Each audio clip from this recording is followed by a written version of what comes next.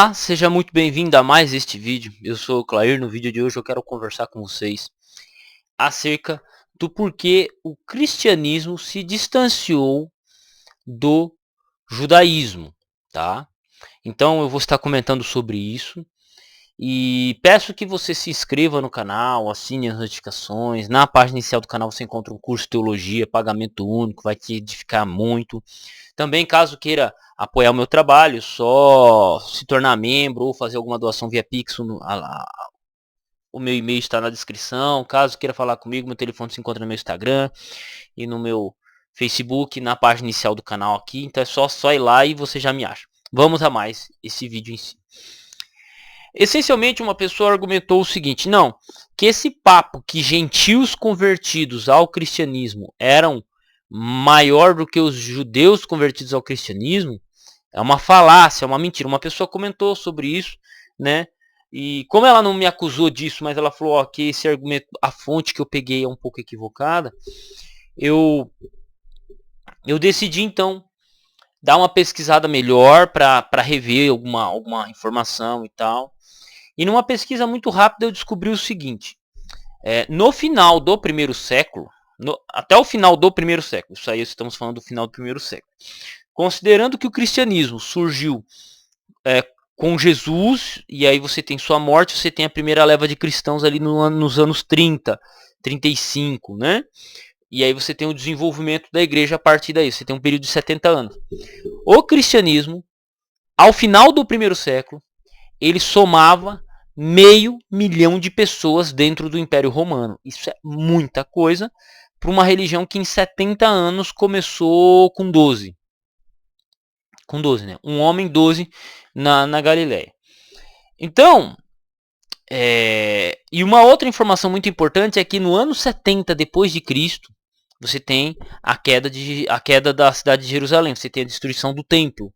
E nesse ato feito por Tito no ano 70, você tem a morte de mais de 1 milhão de judeus. Quer dizer, numa guerra, num período de 1 ano, 2 anos, morreram mais judeus, o dobro de judeus, do que de cristãos em toda Roma, ao final do primeiro século. E por que essas duas informações que eu estou trazendo para você são importantes?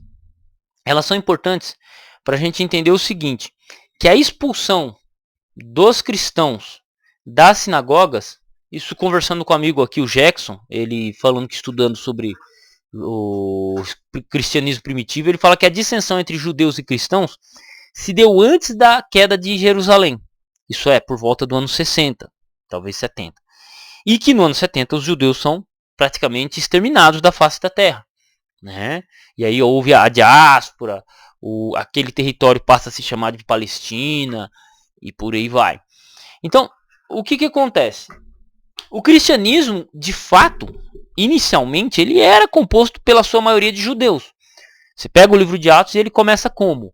Né? O próprio Jesus fala: ide primeiro as ovelhas perdidas da casa de Israel.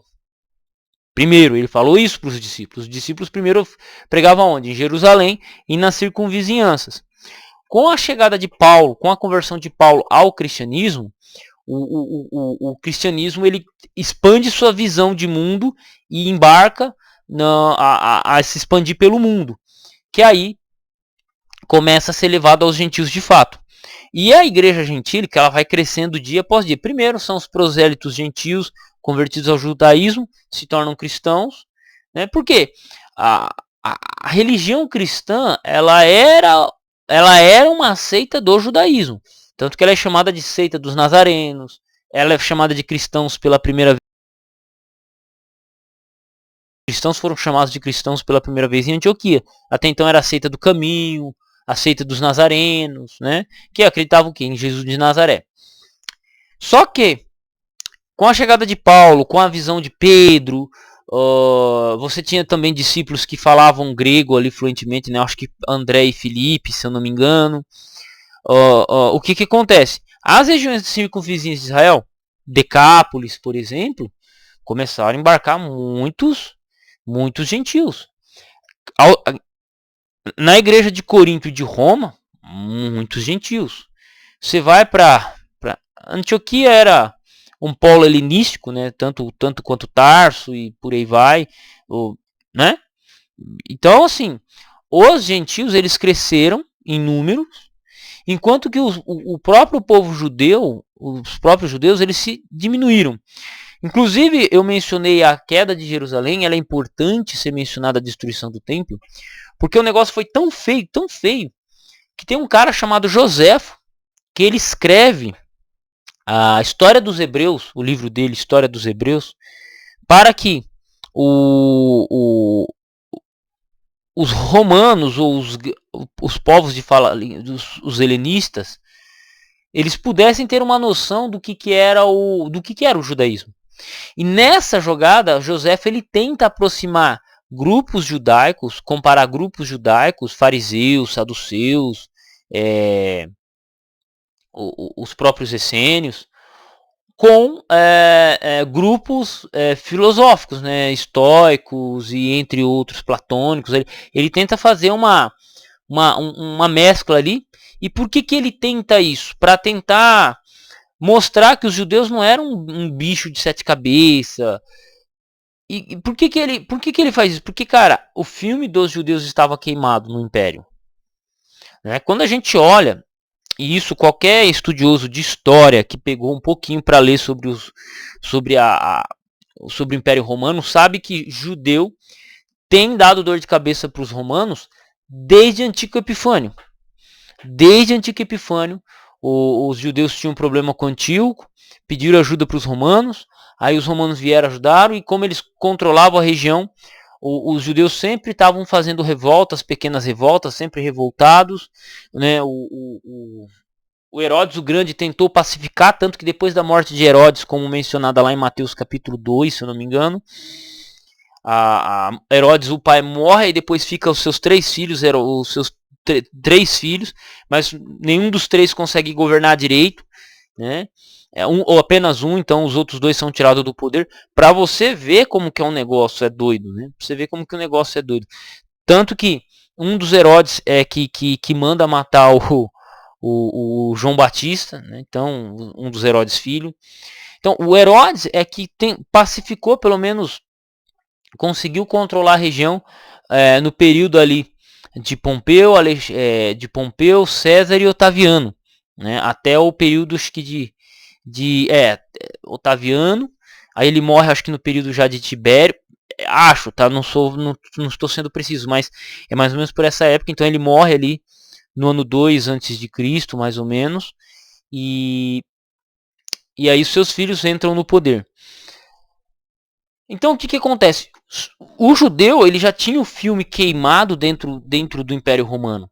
E aí Joséfo, ele ao escrever a história dos Hebreus, ele tem uma dupla missão, né? A primeira missão é relembrar os judeus, né, dos seus feitos, do seu povo, mas a segunda intenção é dar uma explicação de quem era o povo judeu ali para os povos, né?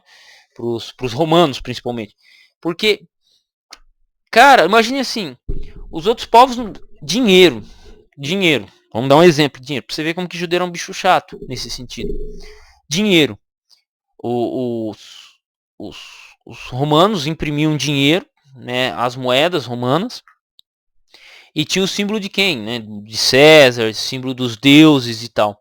Muitas vezes essas moedas elas não entravam em Israel. Por que não entrava? Porque os judeus não aceitavam. Para eles era o quê? Paganismo, né? Idolatria. Então, muitas vezes não aceitavam esse tipo de moeda. Então tinha que se criar o tipo de moeda que corria dentro de Israel era um pouco diferente das que corriam por todo o Império Romano. Elas corriam pelo Império Romano, mas eram escolhidas algumas moedas a dedo para entrar em Israel. Por quê? Pela essa problemática judaica. Então, no câmbio monetário, revolta atrás de revolta, quem vê os evangelhos, a vida de Jesus, sabe o trabalho que os judeus estavam dando para Pilatos. Quando você lê o livro de Atos, você percebe o trabalho que os judeus davam para os governantes ali, né? Era sempre levando alguém para ser morto, sempre para ser julgado, né? Então a gente percebe isso. Isso fica latente ali no livro de Atos. E o que acontece? Os cristãos, vendo isso, o que eles optam fazer? Querer se distanciar. Querer se distanciar dessas tretas. E aí, lá para o segundo século, aí já é lá para o segundo século mesmo, os cristãos eles começam a tomar um caminho totalmente diferente dos judeus, né? Inclusive, principalmente quando houve quando os cristãos foram banidos das sinagogas. Isso lá por volta do ano 60, mais ou menos. Então os cristãos são banidos de sinagogas, começam a frequentar a casa de outros irmãos, que aí é o termo eclesia. Então você tem o termo eclesia usado ali, né, que é o termo igreja.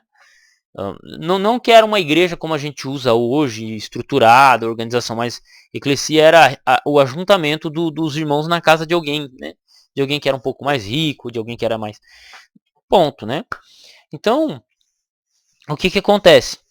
Por esses processos históricos de destruição de Jerusalém, dissensão com os judeus e por aí vai, os cristãos eles começam a crescer via gentios. Via gentios. E aí eu lhe pergunto, se os próprios judeus já estavam, os judeus que não se converteram, estavam já se afastando dos cristãos, que sentido faria a igreja cristã crescendo do lado gentil? Que sentido faria redigir o Novo Testamento em aramaico? Sendo que a maior parte dos gentios não falavam aramaico. É uma pergunta simples. Né? E aí alguém pode dizer, não, mas é mentira. Cara, é só você olhar para a história. Tem um livro que eu estava lendo, que eu li, do sábado para o dia... do sábado para o domingo, do Samuel Bacchiocchi. E ele, para discutir essas questões, observando essas discussões entre sábado e domingo, quando que isso entra na igreja, é uma tese de doutorado dele, uma tese de doutorado, inclusive, né, o D.A. Carson leu, né, Bruce Metzinger leu, só os bichão leram assim e falaram, bom. Então nessa tese, os judeus, ou os judeus não, os cristãos de Roma, por exemplo, eles tendiam a se afastar dos cristãos basicamente por causa dessas tretas, né? Porque ser judeu já estava queimando o filme. Então, você tem vários fatores que fazem com que a igreja cristã se distancie do judaísmo ali mais, podemos assim dizer, mais ortodoxo, mais tradicional, mais farisaico. E fora as próprias tretas que nós vemos no livro de Gálatas. Qual outro livro também nós temos uma treta muito grande? Livro de Hebreus, mas Gálatas, Tessalonicenses, Colossenses, cara, Colossenses ali é um pouco, ali é embaçado, que você sempre tem aquela divergência, né, daquele que era judeu convertido ao cristianismo e o gentio, né? Você tinha essa treta. Corinto trabalha um pouco isso também, né? A questão entra a questão da carne sufocada, não, carne levada aos ídolos, né? Então é bem assim, são umas coisas que que você lendo elas são muito esparçadas, mas quando você começa a juntar tudinho, você começa a ver que o pano de fundo ali era a treta dos gentios. Se os gentios estavam incomodando os judeus cristãos e os gentios cristãos estavam chegando ali e começa a haver treta e Paulo tem que escrever acerca disso, é interessante, né, cara? É interessante observar, né? Então, assim, o afastamento do cristianismo do judaísmo, ele já começa ali no primeiro século, com essas tensões, com essas questões, e vai se seguindo e cada vez mais se distanciando, ao ponto de ser outra religião completamente diferente do que era no primeiro século, né? E assim se segue, né? Historicamente falando, você tem lá o decreto do Constantino, que ele obriga todo mundo a guardar o domingo também, né? Então, e que esse édito depois vai sendo usado para reforçar mais e mais. Mas aqui não é uma discussão sobre domingo, tá? Só para dizer, só para mostrar como que o cristianismo ele mudou, ou ele tentou se afastar o máximo possível ao longo dos séculos dos judeus, né? Por quê? Porque eles estavam gerando problema dentro do Império Romano, né? Então é muito legal a gente observar essas questões. E se você nunca parou para analisar, dá uma olhada a partir de agora. Começa a dar uma lida, principalmente no livro de Atos. Atos para frente você vai perceber muito isso, né? E é isso. Um abraço, tamo junto no campo de batalha, Deus abençoe vocês e até o próximo vídeo.